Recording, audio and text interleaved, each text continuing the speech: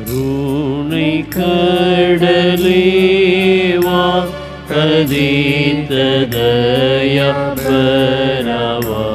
சுருதி மறையோர்க்கு சுடரொளியேவா.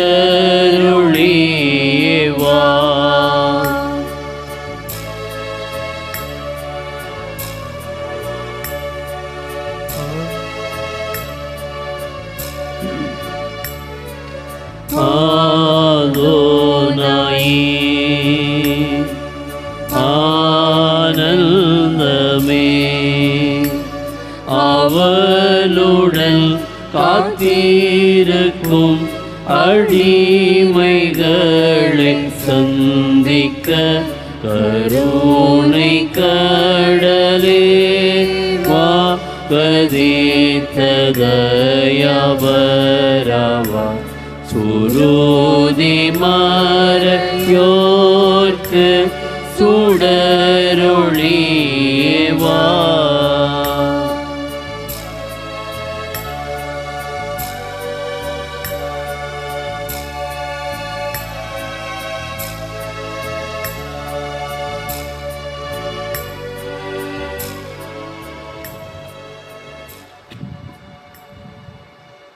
தந்தை மகன் தூயாவியார் பெயராலே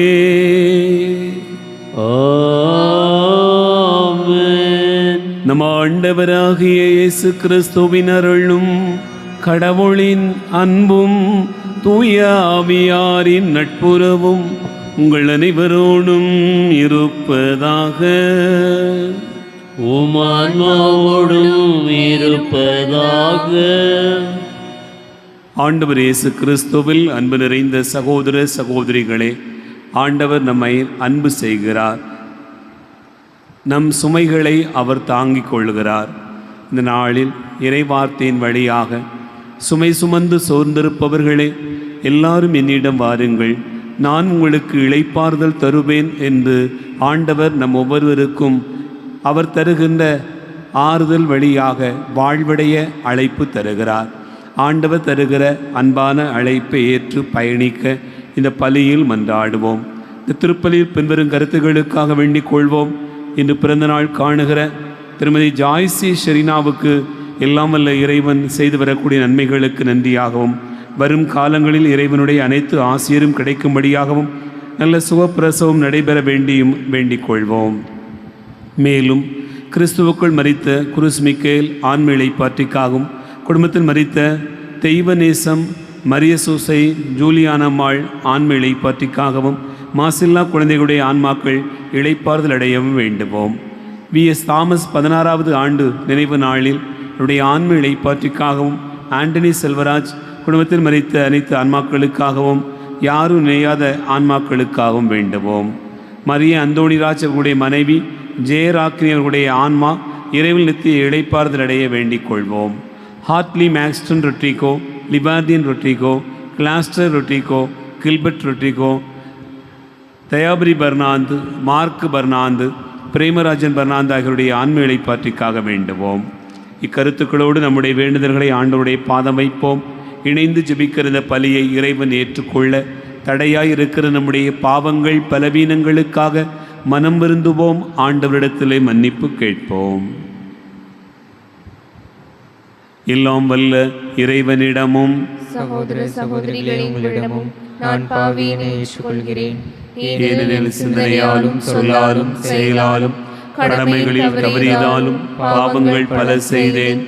என் பாவமே, என் பாவமே, என் பெரும் பாவமே. ஆகையால் எப்போதும் கன்னியான தூய மரியாதையும் வானதுதர் புனிதர் அனைவரையும் சகோதர சகோதரிகளே உங்களையும் நம் தேவனாகிய ஆண்டவரிடம் எனக்காக வேண்டிக் கொள்ள மன்றாடுகிறேன். எல்லாம் வல்ல இறைவன் நம் மீது இரக்கம் வைத்து நம் பாவங்களை மன்னித்து நம்மை நிலை வாழ்வுக்கு அழைத்துச் செல்வாராக. ஆமென்.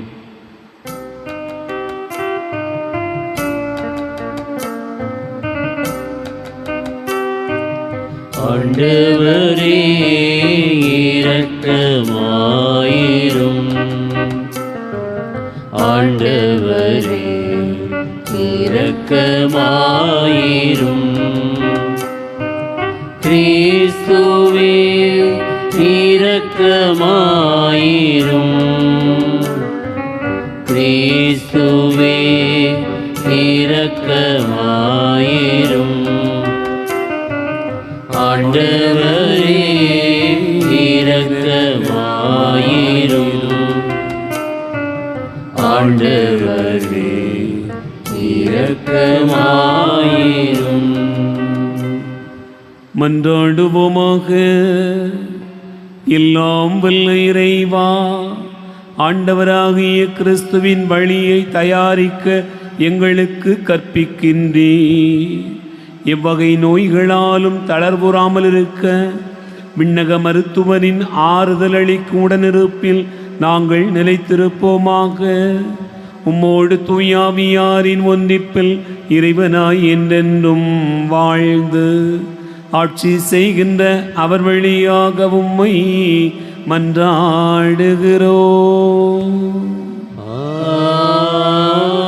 ஆமென்.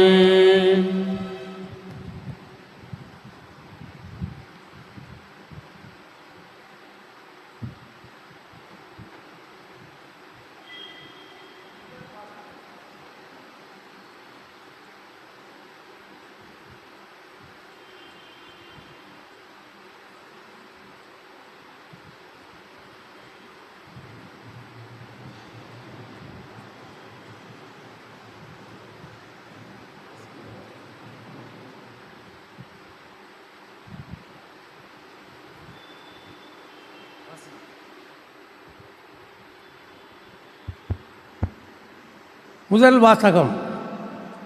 எல்லாம் வல்ல ஆண்டவர் சோறு ஊற்றவருக்கு வலிமை அளிக்கின்றார்.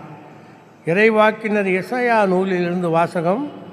அதிகாரம் 40, இறை திருவசனங்கள் 25 தொடங்கி 31 முடிய. யாருக்கு என்னை ஒப்பிடுவீர்கள்? எனக்கு நிகரானவர் யார் என்கிறார் தூயவர். உங்கள் கண்களை உயர்த்தி மேலே பாருங்கள். அவற்றை படைத்தவர் யார்? வான்படையை எண்ணிக்கை வாரியாய் வெளிக்கொணர்ந்து ஒவ்வொன்றையும் பெயர் சொல்லி அழைப்பவர் அன்றோ? அவர் ஆற்றல் மிக்கவராயும் வலிமை வாய்ந்தவராயும் இருப்பதால் அவற்றில் ஒன்றேனும் குறைவதில்லை. என் வழி ஆண்டவருக்கு மறைவாய் உள்ளது. என் நீதி என் கடவுளுக்கு புலப்படவில்லை என்று யாக்கோபே நீர் சொல்வது ஏன்? இஸ்ரேலே நீ கூறுவது ஏன்? உனக்கு தெரியாதா? நீ கேட்டதில்லையா? ஆண்டவரே என்றும் உள்ள கடவுள்.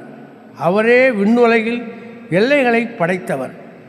அவர் சோர்ந்து போகார், களைப்படையார். அவரது அறிவை ஆய்ந்தறிய இயலாது. அவர் சோர்வுற்றவருக்கு வலிமை அளிக்கின்றார். வலிமை இழந்தவரிடம் ஊக்கம் பெருகச் செய்கின்றார்.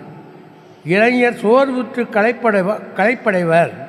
வாலிபர் நிலை தடுமாறி வீழ்வர்.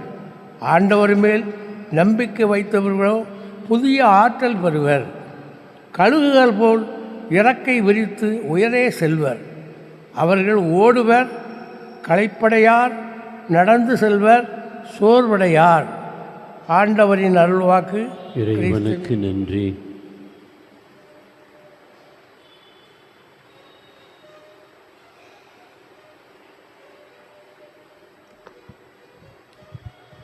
இன்றைய பதிலுரை பாடல் திருப்பாடல் 103. நாம் அனைவரும் இணைந்து பாட வேண்டிய பதிலுரை. என் உயிரே ஆண்டவரை போற்றிடு.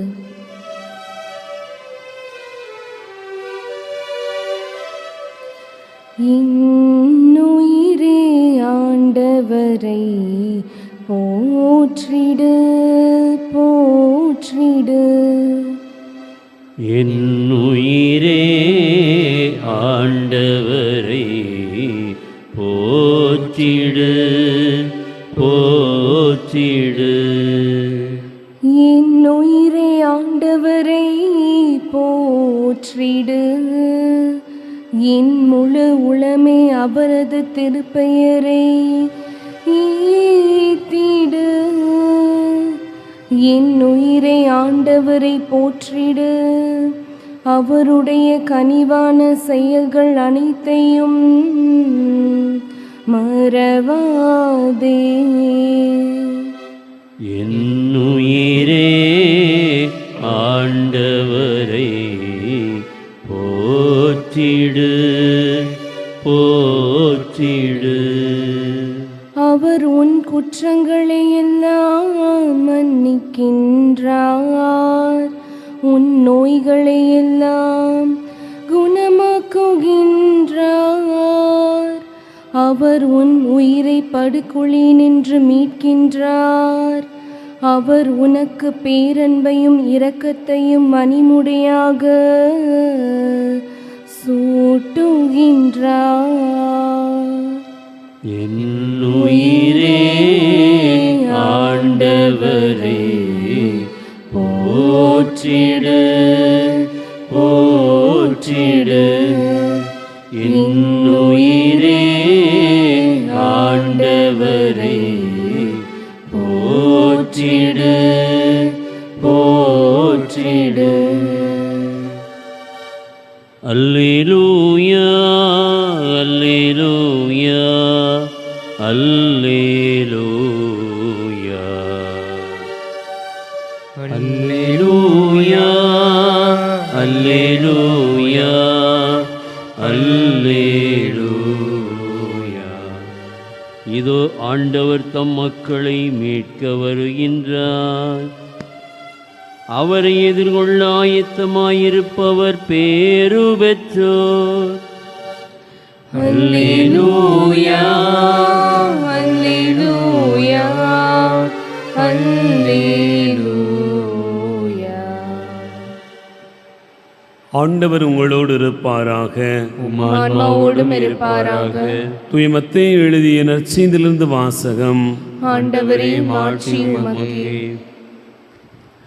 மத்தேயு நற்செய்தி அதிகாரம் 11 இறைவார்த்தைகள் 28 முதல் 30 முடிய. அக்காலத்தில் இயேசு கூறியதாவது: பெருஞ்சுமை சுமந்து சோர்ந்திருப்பவர்களே, எல்லாரும் என்னிடம் வாருங்கள், நான் உங்களுக்கு இளைப்பாறுதல் தருவேன். நான் கனிவும் மனத்தாழ்மையும் உடையவன். ஆகவே என் நுகத்தை உங்கள் மேல் ஏற்றுக்கொண்டு என்னிடம் கற்றுக்கொள்ளுங்கள். அப்பொழுது உங்கள் உள்ளத்திற்கு இளைப்பாறுதல் கிடைக்கும். ஆம், என் நுகம் அழுத்தாது, என் சுமை எளிதாயுள்ளது என்றார். ஆண்டவரின் அருள்வாக்கு. கிறிஸ்துவே உமக்கு புகழ்.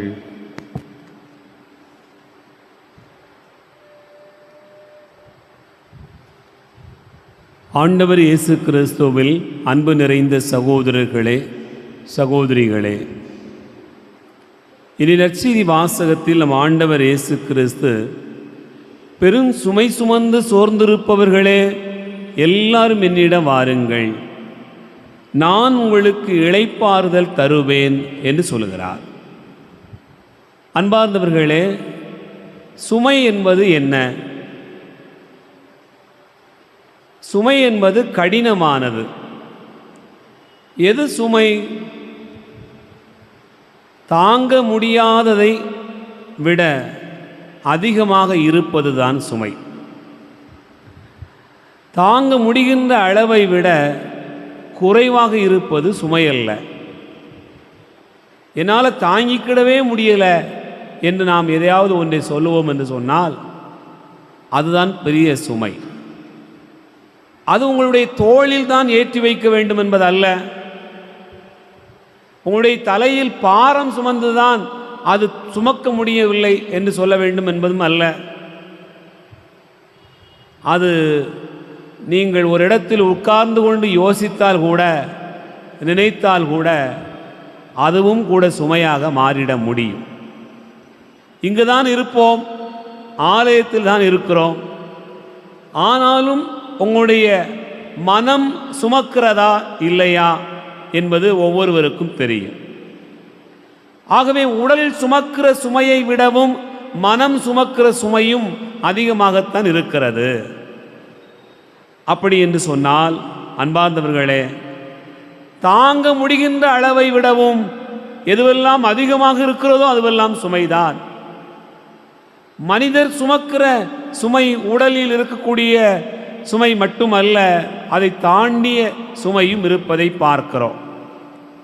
நீங்கள் எந்த மாதிரியெல்லாம் சுமைகளை இன்றைக்கு மனிதர்கள் சுமப்பதை பார்க்கலாம். கவலை என்பது ஒரு பெரும் சுமை. மனக்கவலை, எதிர்காலத்தை குறித்த கவலை, பிள்ளைகளை குறித்த கவலை, நம் வாழ்க்கையை குறித்த கவலை, நாளைக்கு என்ன நடக்குமோ என்பதை குறித்த கவலை, இப்படி பலவற்றை குறித்து கவலைப்படுவதால் கவலைப்பட்டே சுமை சுமந்தே இறந்தவர்கள் ஏராளமான பேர் இருக்கிறார்கள். நோயோடு வாழுகிறவர்கள் ஏராளமான பேர் இருக்கிறார்கள். கவலையினால் நோய்வாய்ப்பட்டிருக்கக்கூடிய மனிதர்களை பார்க்கிறோம். வேற ஒண்ணுமே இருக்காது. என்ன குறை?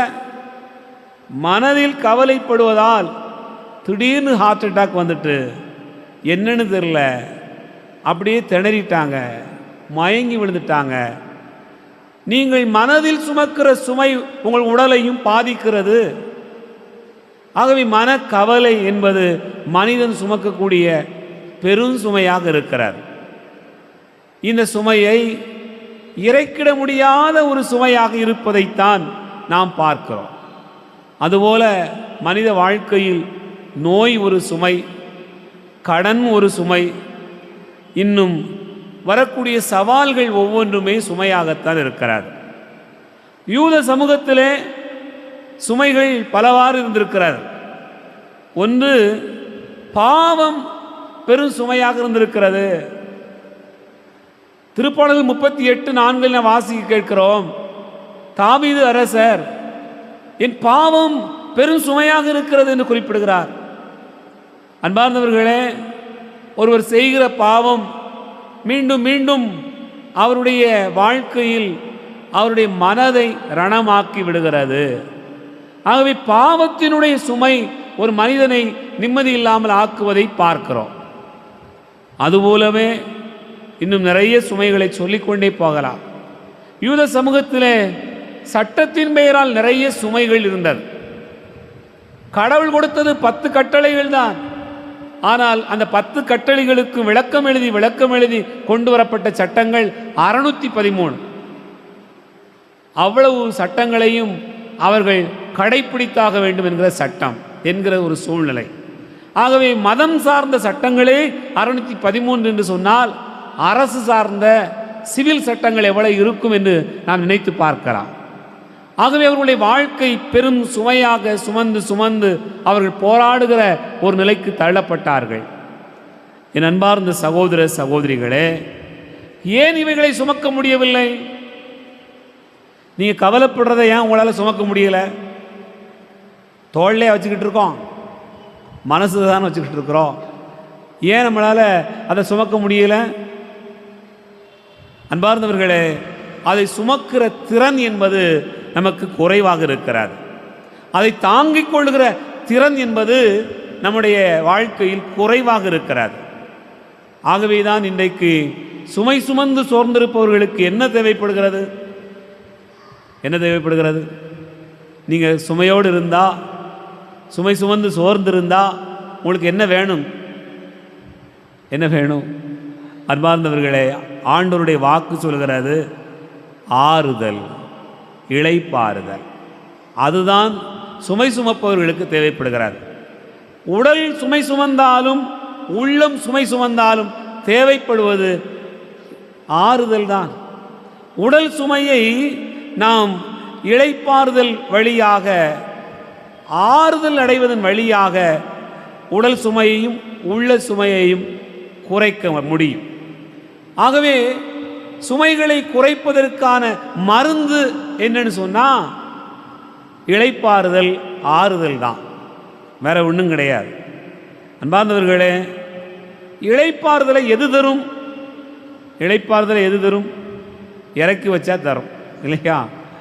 நீங்கள் உடலில் சுமக்கக்கூடிய சுமையை இறக்கி வைத்தால் ஆறுதல் அடைவீர்கள், இளைப்பாறுதல் அடைவீர்கள். மனதில் சுமக்கக்கூடிய சுமைகளை இறக்கி வைத்தால் ஆறுதல் அடைவீர்கள். ஆகவே உடலில், மனதில் சுமக்கிற சுமைகளை இறக்கி வைப்பதற்காக ஆண்டவர் நமக்கு ஒரு வழி தருகிறார். ஆனால் இந்த சுமைகளை இறக்கி வைப்பதற்கு வழியே இல்லாமல் நாம் முழிக்கிறோம். ஏன் அதை கொடுக்கறதுக்கு யாருமே இல்லை. யார்கிட்டையாவது போய் என் சுமையை கொஞ்சம் இறக்கி வைக்கணும் அப்படின்னு நீங்கள் கேட்டால் அவங்க என்ன சொல்லுவாங்க? உடலில் சுமந்தாலும் சரிதான், உள்ளத்தில் சுமந்தாலும் சரிதான், உங்கள்கிட்ட போய் என் சுமையை கொஞ்சம் இறக்கி வைக்கணும்னு கேட்டால் நீங்கள் நம்ம என்ன சொல்ல போகிறோம்? நானே என்ன சுமந்துட்டு இருக்கேன் உனக்கு தெரியுமாப்பா, நான் எவ்வளவு பாடுபட்டுக்கிட்டு இருக்கிறேன், எவ்வளோ பெரிய சுமையை சுமந்துட்டு இருக்கேன் உனக்கு தெரியுமா அப்படின்னு நம்ம சொல்லிடுவோம். ஏன்னு சொன்னால் எல்லாருக்கும் சுமைகள் இருக்கிறது, எல்லாருக்கும் பிரச்சனைகள் இருக்கிறது, எல்லாருக்கும் கவலைகள் இருக்கிறது. யார் தான் பிரச்சனை இல்லாமல் இருக்கிறார்? யார் தான் கவலை இல்லாமல் இருக்கிறார்? யார் தான் நிம்மதியாக வாழுகிறார்? எல்லாருடைய வாழ்க்கையிலும் ஏதாவது ஒரு வகையில் ஒரு சுமை சுமந்து கொண்டு தான் பயணித்து கொண்டிருக்கிறோம். என் அன்பு பிள்ளைகளே, நாம் எல்லாரும் ஒரு ஆறுதலான ஒரு வார்த்தை எதிர்பார்க்கிறோம். வீடுகளில் பாருங்கள், கணவன் மனைவிக்கு இடையில் சண்டை வந்துடுதுன்னு சொன்னால் அது எப்போ சமாதானமாகும்? ஒருத்தர் பேசுகிறா தான் சமாதானமாகும். பேசவே இல்லைன்னா என்றைக்கு சமாதானமாக? ஒரு வாரம் ஆனாலும் சமாதானம் ஆகாது, 2 வாரம் ஆனால் ஆகாது, சிலருக்கு 2 வருஷம் ஆனால் ஆகாது. ஏன்? பேசவே இல்லையே. மூஞ்சி கொடுத்த அந்த ஆள் என்னை பார்க்கவே இல்லை, பேசவே இல்லை அப்படி என்று சொல்கிற ஒரு நிலை இருக்கும் என்று சொன்னால், என் அன்பு பிள்ளைகளே, ஆறுதலுக்காக நாம் எல்லோரும் காத்து கிடக்கிறோம். இன்னொருத்தர் நமக்கு ஆறுதலாக பேசிட மாட்டாங்களா, நம்மளை சுமைகளை இறக்கி வைக்கிறதுக்கு வந்துட மாட்டாங்களா என்று நாம் தேடுகிறோம். ஆனால் ஆண்டவர் சொல்கிறார், நான் உங்களுக்கு இளைப்பாறுதல் தருகிறேன். மனிதர்கள் உங்களுக்கு இளைப்பாறுதல் தருகிறார்களோ இல்லையோ, மனிதர்கள் உங்களுக்கு ஆறுதல் தருகிறார்களோ இல்லையோ, என் அன்பு பிள்ளைகளே, பெரும் சுமை சுமந்து சோர்ந்திருப்பவர்களே, எல்லாரும் என்னிடம் வாருங்கள், நான் அல்லவா உங்களுக்கு இளைப்பாறுதல் தருகிறேன், நான் அல்லவா உங்களுக்கு எல்லாவற்றையும் தருகிறேன் என்று சொல்லி ஆண்டவர் இளைப்பாறுதல் தருவதற்கான ஒரு அழைப்பினை தருகிறார். அன்பார்ந்தவர்களே, இளைப்பாறுதல் கொடுக்கணும்னு சொன்னால், ஆறுதல் கொடுக்கணும்னு சொன்னால் 2 காரியம் உங்களுக்கு இருக்கணும். என்னவெல்லாம் இருக்க வேண்டியிருக்கிறது? இயேசு சொல்கிறார், என்னிடமிருந்து கற்றுக்கொள்ளுங்கள், நான் கனிவும் மனத்தாழ்மையும் உடையவன் என்று ஆண்டவர் சொல்கிறார். யார் ஒருத்தருக்கு இளைப்பாறுதல் கொடுக்க முடியும்? கனிவும் மனத்தாழ்மை உடையவர் தான் இன்னொருத்தருக்கு இளைப்பாறுதல் கொடுக்க முடியும். சும்மாலாம் கொடுக்க முடியாது. நீ யோசித்து பாருங்க, 2 பேருக்கு இடையில சண்டை நடந்துக்கிட்டே இருக்குது, குடும்பத்தில் சேர்ந்து வாழ்கிற இடத்துல திரும்ப திரும்ப சண்டை வந்துக்கிட்டே இருக்குது. அந்த சண்டை சரியாகணும்னு என்ன செய்யணும்? என்ன செய்யணும்? ஒருத்தர் கனிவாக இருக்கணுமா இல்லையா? ஒருத்தர் தாழ்ந்து போகணுமா இல்லையா? கனிவும் மனத்தாழ்மையும் இல்லை என்று சொன்னால் அங்கே ஆறுதலே இல்லை. கடவுளுடைய இயல்பு என்னவென்று சொன்னால் அது கனிவும் மனத்தாழ்மையும் உடையதுதான். ஆகவேதான் கனிவையும் மனத்தாழ்மையும் நீங்கள் கற்றுக்கொள்ளுங்கள். அன்பார்ந்தவர்களே, அந்த கருணை, கனிவு, மனத்தாழ்மை என்பது நம்முடைய வாழ்க்கையில் இருக்க வேண்டும் என்பதற்காகத்தான் ஆண்டவர் என்னிடமிருந்து கற்றுக்கொள்ளுங்கள் என்று சொல்கிறார். நீங்கள் கனிவாக இருந்துட்டோம்னு சொன்னால், நாம் தாழ்மையோடு இருந்து விட்டோம் என்று சொன்னால், நம்முடைய வாழ்க்கையில் நாம் யாராக மாறிவிடுகிறோம்? கடவுளுக்குரிய பிள்ளைகளாக மாறிவிடுகிறோம். ஆகவேதான் இயேசு ஒரு சின்னஞ்சிறு பிள்ளையை நடுவில் நிறுத்தி, இந்த குழந்தையைப் போல விண்ணரசை ஏற்றுக்கொள்ளக்கூடியவர், விண்ணரசில் மிகப்பெரியவர் என்று சொல்கிறார். ஆகவே நீங்கள் மனக்கவலையாக இருக்கிறீர்களா? சுமை சுமந்து கிடக்கிறீர்களா? நம்முடைய வாழ்க்கையில் இறக்கிட முடியாத சுமையாக மனதில் சுமக்கிறோமா, உடலில் சுமக்கிறோமா? எப்படி சுமந்தாலும் இறக்கி வைப்பதற்கு இறைவன் தயாராக இருக்கிறார். அவரிடத்தில் வருவோம், கனிவையும் தாழ்மையையும் கற்றுக்கொள்வோம். நாம் கற்றுக்கொண்டதை நம் குடும்பத்தில் மற்றவர்களோடு பகிர்ந்து வாழ்வோம். அந்த வாழ்க்கையே நம்முடைய வாழ்க்கையின் சுமைகளை தாண்டி வாழ்வதற்கான பலம் தருகிறது. சிந்திப்போம். ஆமென்.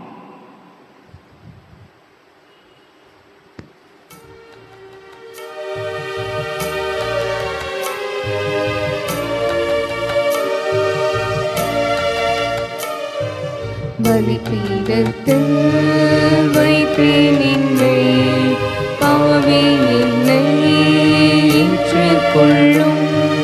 பலிபீடத்தில் வைப்பேன் என்னை, பாவி என்னை ஏற்றுக்கொள்ளும்.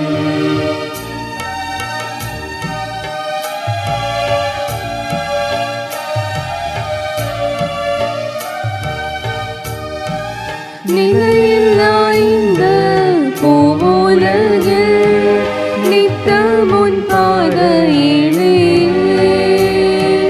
நிலையில்லா இந்த பூவுலகில் நித்தம் உன் பாதையிலே, நின் சித்தம் போலும் கரத்தால், நின் சித்தம் போலும் கரத்தால் நித்தம் வழி நடத்தும், நித்தம் வழி நடத்தும். சகோதர சகோதரிகளே, என்னுடையது உங்களுடையதுமான இந்த பலி எல்லாம் வல்ல தந்தையாகிய இறைவனுக்கு ஏற்றதாக்கும்படி செபியுங்கள்.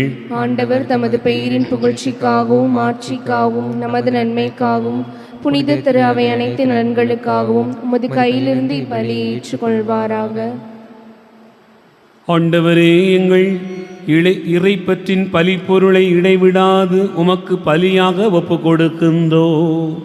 நீர் நிறுவிய தூயமறை நிகழ்வுகளை காணிக்கை நிறைவேற்றி உமது மீட்பு எங்களில் ஆற்றலுடன் செயல்படச் செய்ய வேண்டும் என்று எங்கள் ஆண்டவராகிய கிறிஸ்து வழியாக உம்மை மன்றாடுகிறோம்.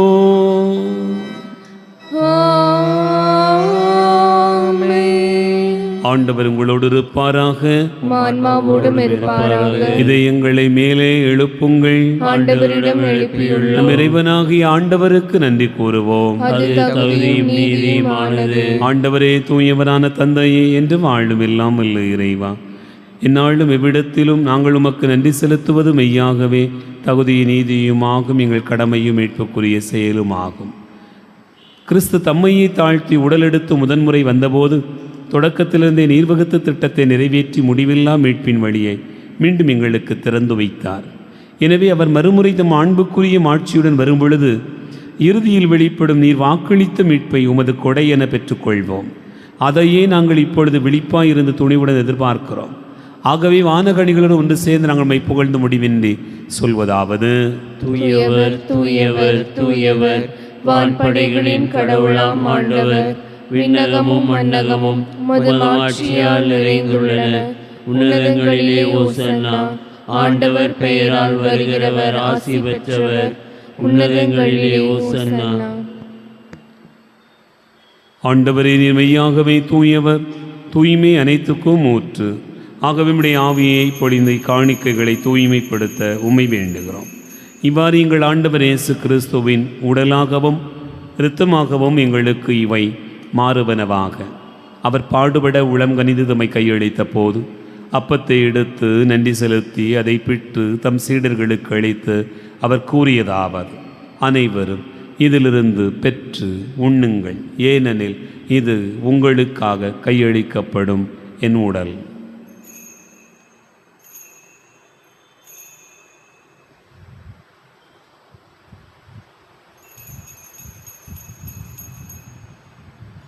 அவண்ணமே இரவு விருந்து அருந்தியபின் கிண்ணத்தை எடுத்து மீண்டும் உமக்கு நன்றி கூறி தம் சீடர்களுக்கு அளித்து அவர் கூறியதாவது: அனைவரும் இதிலிருந்து பெற்று பருகுங்கள், ஏனெனில் இது புதிய நிலையான உடன்படிக்கைக்குரிய இரத்தத்தின் கிண்ணம். இது பாவ மன்னிப்புக்கென்று உங்களுக்காகவும் பலருக்காகவும் சிந்தப்படும். இதை நினைவாகச் செய்யுங்கள்.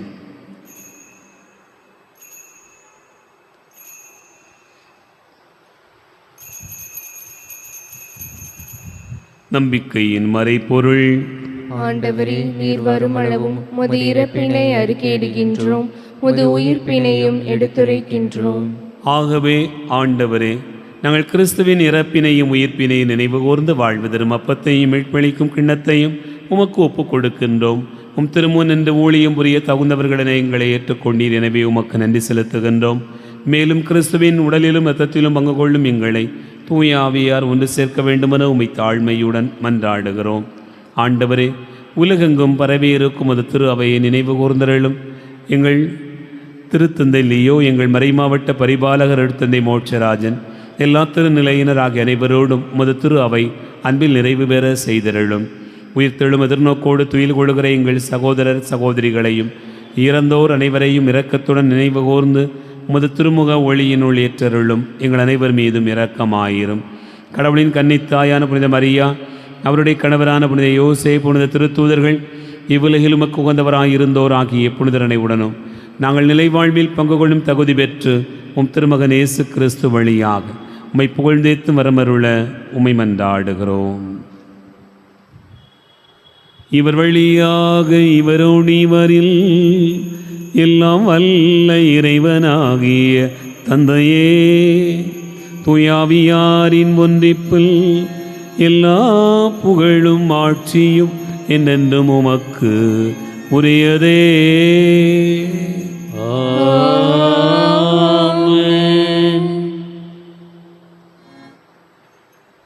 நம் ஆண்டவர் இயேசு கிறிஸ்து கற்றுக் கொடுத்தவாறு விண்ணக தந்தையை நோக்கி ஜெபிப்போம். விண்ணுலகில் இருக்கின்ற எங்கள் தந்தையே, உமது பெயர் தூயது என போற்றப் பெறுக. உமது ஆட்சி வருக. உமது திருவுளம் விண்ணுலகில் நிறைவேறுவது போல மண்ணுலகிலும் நிறைவேறுக. எங்கள் அன்றாட உணவை இன்று எங்களுக்கு தாரும்.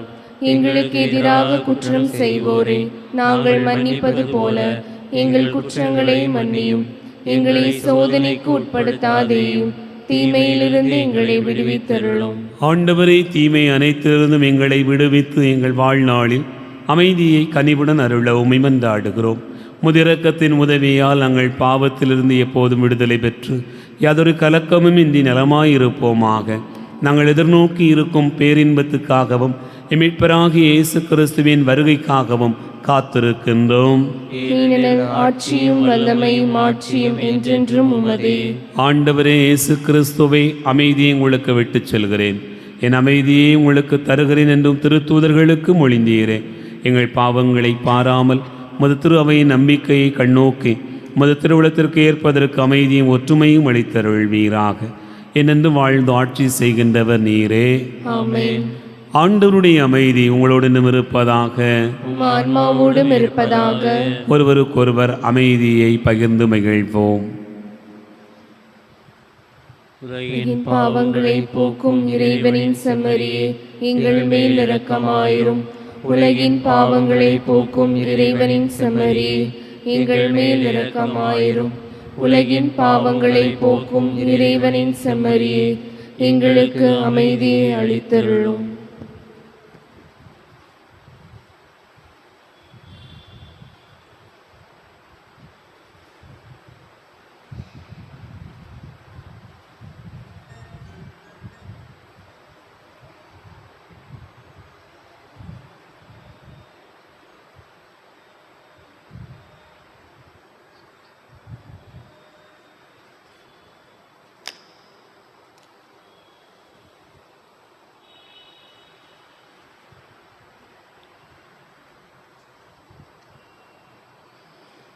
இதோ இறைவன் செம்மறி, இதோ உலகின் பாவங்களை போக்குகிறவர்.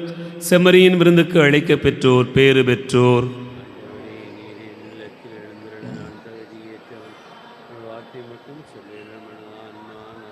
கிறிஸ்துவின் திருவுளத்துமை காத்து நித்திய வாழ்வளிப்பதாக.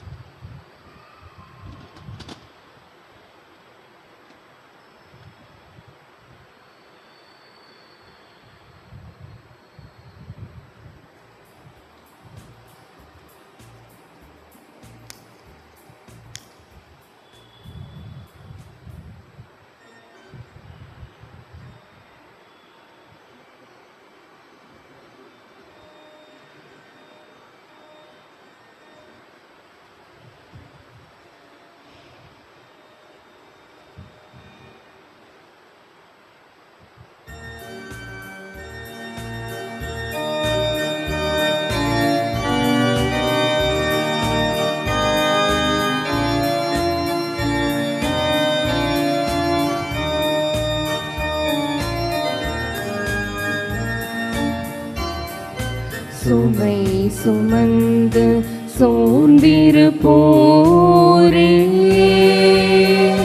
வாருங்கள் நம் ஆண்டவர் அழைக்கின்றார். இளைப்பாற்றி கொடுக்கின்றார். சுமை சுமந்த சோர்ந்திருப்போரே, வாருங்கள் நம் ஆண்டவர் அழைக்கின்றார். இளைப்பாற்றி கொடுக்கின்றார்.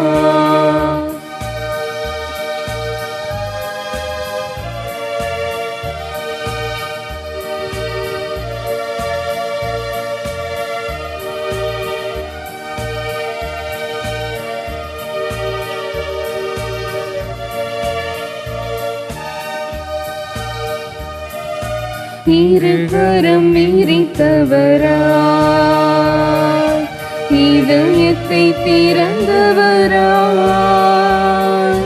இருகரம் விரித்தவராய், இதயத்தை திறந்தவராய்,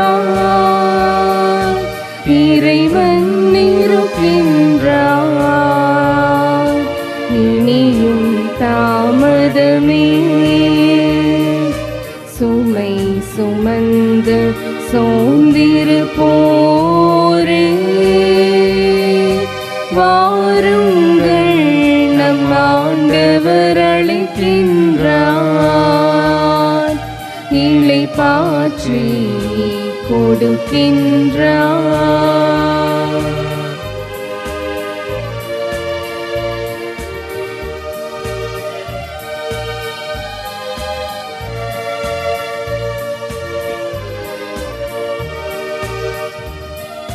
துயரினில் ஆறுதலாய், நோயினில் மருத்துவராய், துயரினில் ஆறுதலாய், நோயினில் மருத்துவராய், அடிமையின் விடுதலையாய்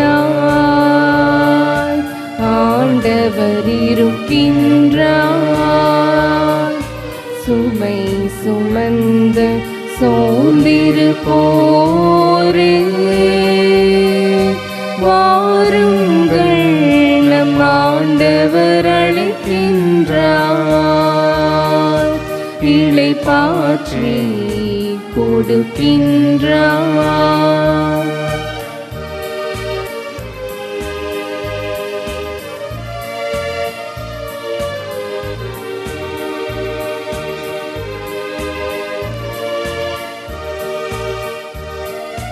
பசியால் வாடுவோரே, பரமனை தேடிடுவே. பசியால் வாடுவோரே, பரமனை தேடிடுவே. மன்னா பொழிந்த அவர் நம்மை வாழ வைப்பார். சுமை சுமந்து சோர்ந்திருப்போரே, வாருங்கள் நம் ஆண்டவர் அழைக்கின்றார். இளைப்பாற்றி கொடுக்கின்றார்.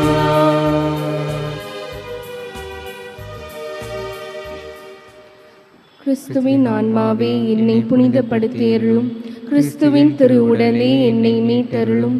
கிறிஸ்துவின் திரு இரத்தமே எனக்கு எழுச்சியூட்டியருளும். கிறிஸ்துவின் விழாவிலிருந்து வழிந்தோடிய தண்ணீரே என்னை கழுவியருளும்.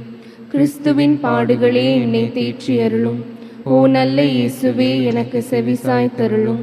உம் திரு காயங்களுள் என்னை மறைத்தருளும். உம்மிடமிருந்து என்னை பிரிய விடாதேயும். தீய பகைவரிடமிருந்து என்னை காத்தருளும். எனது இறப்பின் வேளையில் என்னை அழைத்தருளும். உம்மிடம் வர எனக்கு கட்டளையிட்டருளும். உம் புனிதர்களோடு எக்காலமும் உம்மை புகழச் செய்தருளும். ஆமென்.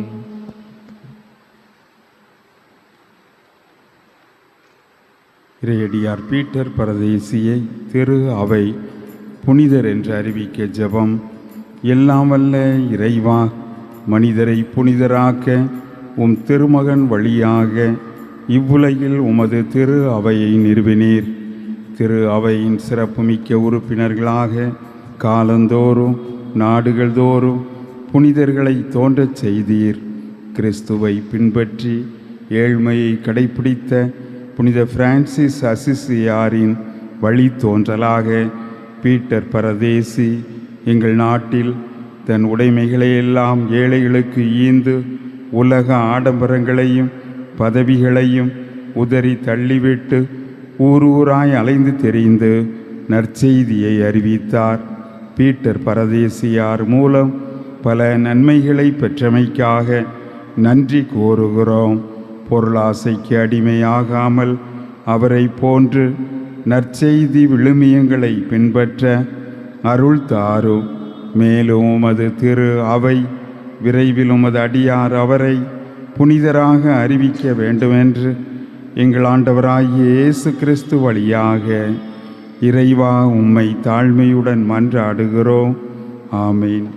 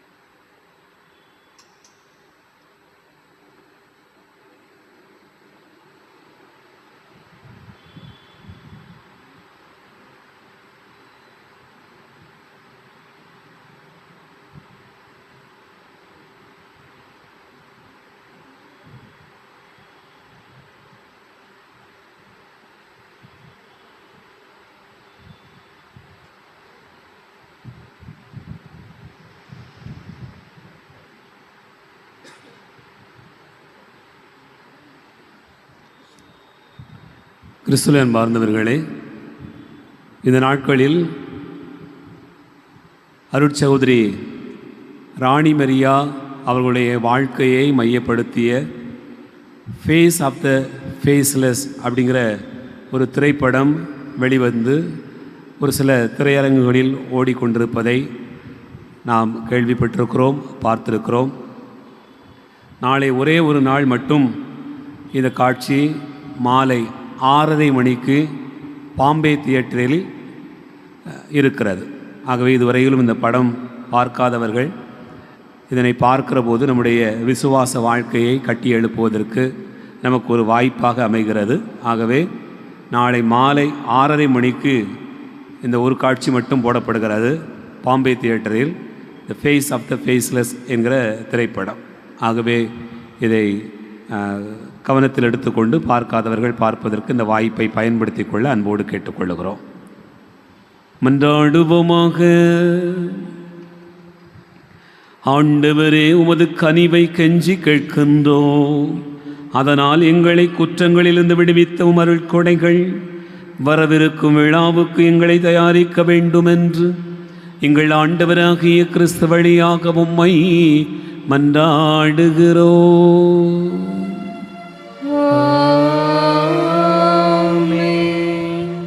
ஆண்டவர் உங்களோடு இருப்பாராக. ஆன்மாவோடும் இருப்பாராக. எல்லாம் வல்ல இறைவன் தந்தை, மகன், தூயாவியார் உங்களை ஆசீர்வதிப்பாராக.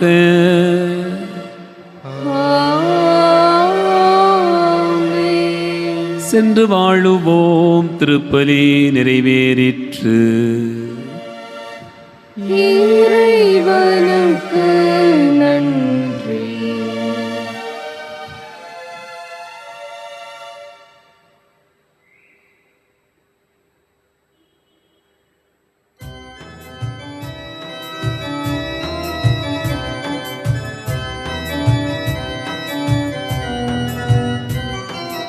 எங்கள் காவலாம் சூசை தந்தையின் மங்களங்கள் எங்கும் சொல்லி இங்கு பாடுவோம். மங்களங்கள் எங்கும் சொல்லி இங்கு பாடுவோம். செங்கை அதிலே தங்கும் புஷ்பம் தங்க கோலை ஏந்திடும், செங்கை அதிலே தங்கும் புஷ்பம் தங்க கோலை ஏந்திடும். எங்கள் காவலாம் சூசை தந்தையின் மங்களங்கள் எங்கும் சொல்லி இங்கு பாடுவோம்.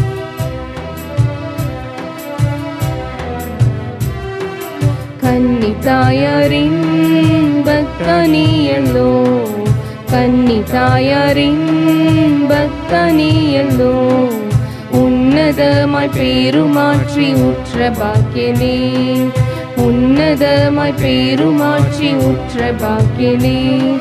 சென்னி மகுட முடி புனைந்த மன்னர் கோத்திரமாகவா, சென்னி மகுட முடி புனைந்த மன்னர் கோத்திரமாகவா, எங்கள் காவலாம் சூசை தந்தையின் மங்களங்கள் எங்கும் சொல்லி இங்கு பாடுவோம். மங்களங்கள்